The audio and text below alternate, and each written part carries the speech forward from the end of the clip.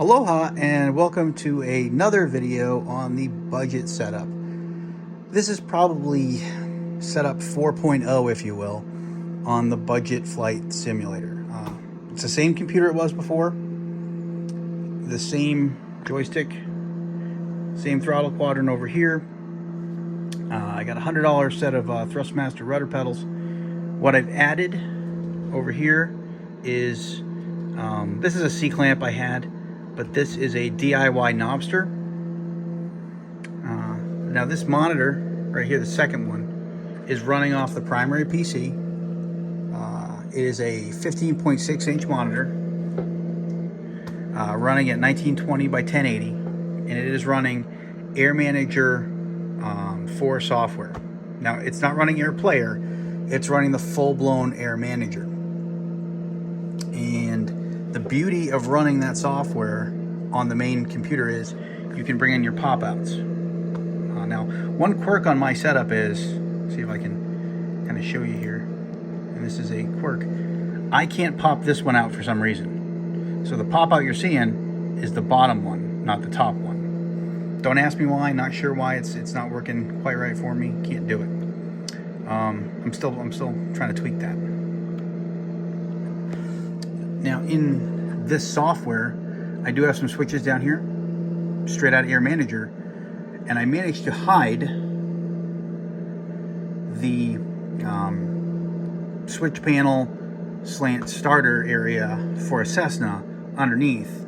So when I do want to start the aircraft, I click there, then I use the knobster, and right now I'm on both. Now I went to left. Now on right.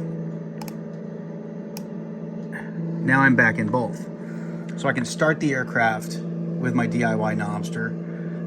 I can go up here. I can call up different modes, or or functions.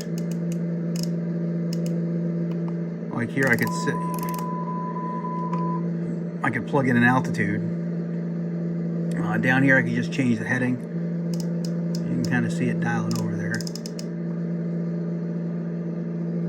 Up here, if I go push select, you can see I'm changing my display.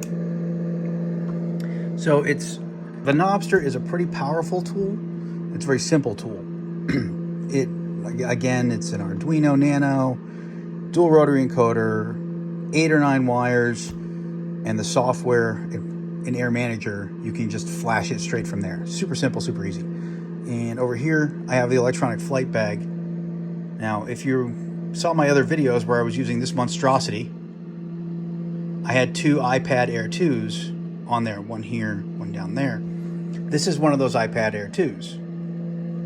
And I'm just using it as an electronic flight bag. And right now I'm running Flight Plan Go software. And you can kind of see, there's my route. You can edit the routes. I can hide that, and there's my aircraft. Now we're paused, so we're just kind of hovering midair. It's pretty impressive. But it's a very, very flexible setup. And if I wanted to shift the throttle to the right-hand side and the joystick to the center, again, I could just bounce that around. It's super simple.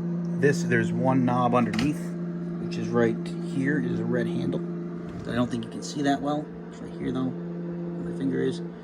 And this entire thing would come right off. Now the other thing I do have, and I'm not showing it to you here because it's just not set up, I'm gonna break it out, is I'll put it up here, kind of stick it up here. I have the Cytec yoke, or Logitech, whatever you want to call it. So I can put this under the desk, and using that metal bar and these C-clamps, so I can show you the C-clamps, I got a bunch of them, I can mount that yoke right here, and I can have an aircraft with a yoke. So very, very flexible. It can be any aircraft I want. What I intend to use this for is the lighter sport type aircraft in the game. Aircraft that do just have a one stick vice a yoke. That's kind of my goal. And again, I can still stick with my electronic flight bag that I like so much, and I can configure Air Manager to do anything I want it to do. So that's just the brief update here. If you got any questions on it, feel free to drop me a line. Very flexible system though, and adding this, and I should have mentioned this earlier. Now I called this a budget setup, and the only pieces of hardware I added to this cockpit was this screen, the software for Air Manager, and the knobster. So the knobster, I had all the parts, but if you were gonna buy the parts, an Arduino card is about $9. You can make, let me see if I have it over here. You can make a dual rotary encoder. This is one I 3D printed and threw together, just not really using it. But you can make these, and they do work. Or you can use a dual rotary encoder from PropWash Sim. This one's from PropWash.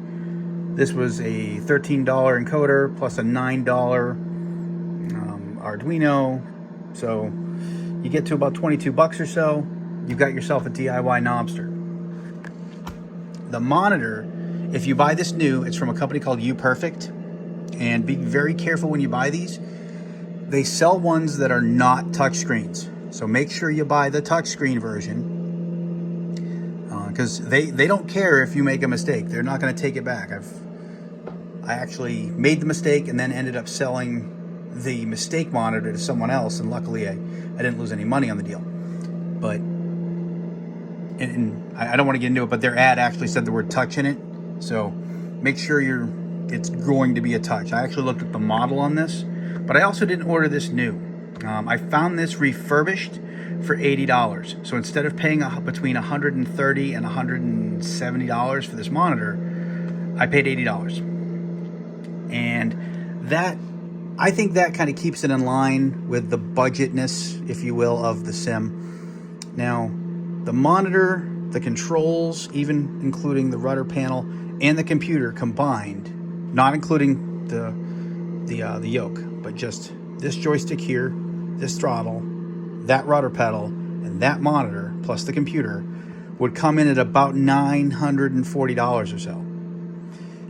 I say or so because certain components go on sale. Maybe you can find something used. Maybe you've already got some of the pieces parts, so you can offset the cost. I already had the joystick here. I picked this up for $30. I already had some of the components of the computer, and I already had the monitor. So I spent maybe $300 on that setup. But if you were to go buy it from scratch, roughly 940 bucks. So adding this to the mix, the monitor, you're up to about $1,020. So you're a little north of 1,000. And then you add Air Manager software. The Air Manager software, if you've never used it, is about $70 for the license. And it is worth it because you can configure this to be any type of cockpit you want. You can throw gauges from all sorts of stuff in. So really, I'm sitting at just south of $1,100 for the whole setup, and it does everything I need. It's running at 60 frames per second, and it can jump from aircraft to aircraft. So I'm very happy with it. I think it's a very good budget setup. If you're curious about the hardware in this setup, the first video I did on the budget PC itself, the PC hasn't changed. Same video card, same memory, same hard drive. So none of that's changed. So go check out that older video. It'll walk you through every bit of the hardware. But this setup, I think, is very useful. It's very, very flexible, and it will do like 80 to 90% of what I need it to do. So I'm pretty happy with it. But I did want to throw together this update to kind of talk about it. I think it was update worthy, if you will, to just show the difference in the setup. So thanks for watching. If you stuck with me till the end, Hope you got something useful out of this. And as always, stay safe and happy flying out there.